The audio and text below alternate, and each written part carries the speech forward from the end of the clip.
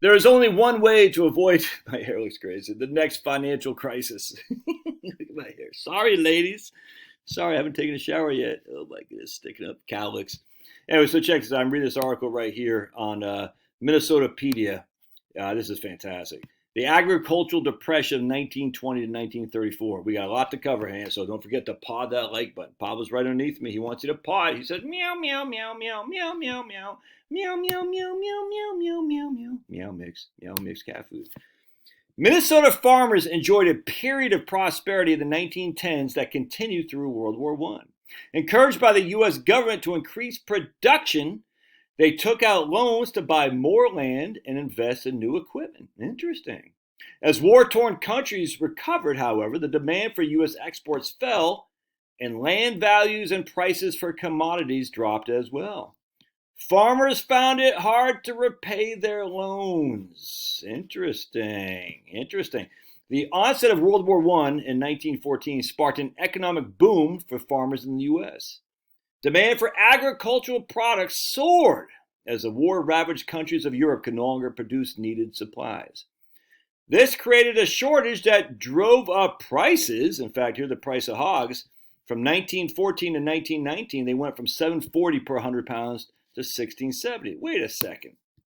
That must be caused by the Federal Reserve printing money, right? Because remember, inflation is always and everywhere a monetary phenomenon. Inflation is always too much supply chasing too few goods. Interesting. We always forget about the supply, the too much money chasing too few goods. Excuse me. We always talk about the too much money, but we never talk about the supply. Actually, that's what causes the shortage. It's not the Federal Reserve printing money. I mean, it could be, but the vast majority of times it's a shortage caused by some idiotic government policy. That's for sure. Or war, which is an idiotic government policy for sure. Anyway, so hogs. The average price of hogs increased from $7.40 to $16.70. Interesting. To meet the demand, the U.S. government encouraged farmers to produce more. And in 1916, the Congress passed the Federal Farm Loan Act. All right, believing that the boom would continue, many farmers took advantage of this and other loan opportunities to invest in the land, tractors, and other new labor-saving equipment at interest rates ranging from 5 to 7%. By 1920, 52% of the 132,000 Minnesota farms had debt totaling more than $254 million. By 1920, over half of Minnesota farms had debt totaling over $254 million. Woo! It might seem a drop in the bucket that how much was it? We had $254 million for U.S. farmers. As the economy in 1920, the overall U.S. was $687 billion. But remember, that was just Minnesota farmers. Half of them had that kind of debt. And that's where I'm saying this is what I want to share with you, how you can avoid the next financial crisis. Because it's going to come, dude. They ebb and flow, always. Doesn't matter about the Federal Reserve. It doesn't matter gold standard. They flow and they come. It doesn't matter whatever Keynesian economist. There's a business cycle that communists deal with, fascists deal with, supposed capitalists deal with. You can't get around it. The business cycle comes and goes. There's only one way for you to avoid it. And I'll share it with you here quick. All right, so anyway, let's keep going. All right, the demand for land inflated the price of farm real estate regardless of quality. The average price of Minnesota farmland doubled from 46 an acre to 109 acre from 1910 to 1920. Very interesting. And there's just huge demand for U.S. agricultural products. All right. Farmers continued to produce more, expecting demand and prices to remain stable. But as Europe began to recover, the U.S. farm economy began a long downward trend. Check this out. The price of hogs from 1919 to 1920 fell from $16.70 per 100 pounds to $12.90. You want to see something else? Watch this.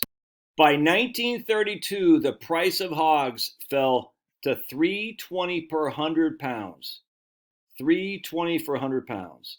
With less demand for land, real estate values plunged to an average of $35 an acre in the 1930s. And how much was it before that? Remember that we talked about this? They were taking out loans to buy real estate at $109 an acre. And then it fell to, what do we say, $35? $35 per acre. Farmers struggled to repay loans for land that had lost its value. But rising property taxes, freight rates, and labor costs added the financial hardships for many farmers. And even though the price of farm lands was dropping, the tax price went from 46 cents per acre to $145 an acre in 1930. farmers across the country began to default on their loans.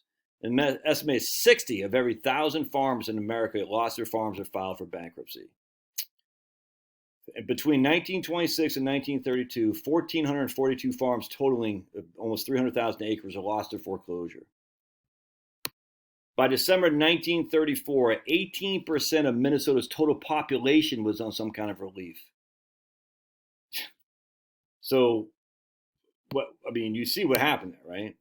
They borrowed at high and higher and higher prices, spurred on by supply shortages. Government basically telling them, hey, borrow, because we need your production. And the crazy thing is, if you look right here, not only was the production increasing, but the technology was increasing too to increase even more production. And I talk about in this book, Days on the Family Farm from Carrie Meyer, where not only did they were killing pigs to increase the prices. It was so desperate that they were killing pigs. I think Carrie said they killed like 6 million pigs or something like that in the 1930s to increase the prices. I can't remember what it said, but it's crazy. And yet the price of 100 pounds of hogs was still down to $3.20. Now check this out right here.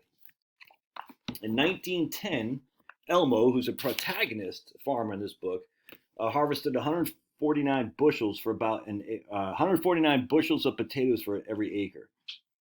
A bushel of potatoes is about 50 pounds. In 1900, an acre yielding 81 bushels produced 4,000 pounds of potatoes. All right, so 1900, an acre yielding 81 bushels produced 4,000 pounds of potatoes. Today, an acre can produce 25 to 30,000 pounds of potatoes. So from 1900, it was 4,000 pounds of potatoes an acre. Until today, it's 30,000 pounds an acre. Isn't that crazy? And then on top of that, we had shipping that Carrie talks about, like refrigeration and stuff like that, which is then better roads, which is allowing to move products. All that was increasing production. And yet people said, I can't increase production because the prices aren't there. It's not enough to cover my costs. And on top of that, they had loans outstanding. Same thing happened in the GFC, the global financial crisis. The exact same thing happened. We had massive amounts of people leveraged to the hilt.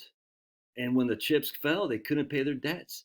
There is only one way to avoid a financial crisis for you specifically, and that's to get out of debt. You cannot borrow. I'm going to show you something else here too. I showed this last night on the live stream. There's the inflation-adjusted growth of U.S. housing prices versus income, disposable incomes after taxes. They track pretty good. Now, right now, the housing price in the blue a little bit higher than inflation-adjusted disposable income. That's in the U.S. Check out for Australia. That you would have to buy. Look at this. It's almost 5 to 1 adjusted growth of Australia housing prices versus disposable income. Remember when the World Economic Forum said you'll own nothing, be happy? Well, Australia is a perfect example of that. You cannot afford that. You're going to go bankrupt at some point. Your income isn't keeping up with that. I literally don't know how people are affording houses there. Your debt is so high that the financial crisis is going to hit these people who are buying. Now look at this. It's even worse. This is right here. U.S. household balances are in great shape relative to Canada and Australia. Here we are. Disposable net income is less than 100% of our debt. Disposable net income, again, is after taxes. But here, for Canada and Australia, they're almost 200%. Their debt is almost twice as high as the disposable net income. Canada and Australia have seen debt-to-income ratios rise for years now, while U.S. households have been repairing their balance sheets ever since the Great Financial Crisis. Mortgage debt makes up 70% of U.S. household debt. 70%. And here we are right here. Widespread use of variable mortgages are vulnerable in most countries except for U.S. We are the least vulnerable to higher mortgages, variable mortgages. Canada, everyone's favorite, Sweden, Australia. It was crazy. They're going to have massive financial chaos. And check this out. We go back to Carrie Meyer. He says on page 152 of this, Days of the Family Farm, the low farm prices made it extremely difficult to pay back loans taken when prices were high. The risk of foreclosure was severe but selective. Only those farms that were heavily mortgaged were at risk.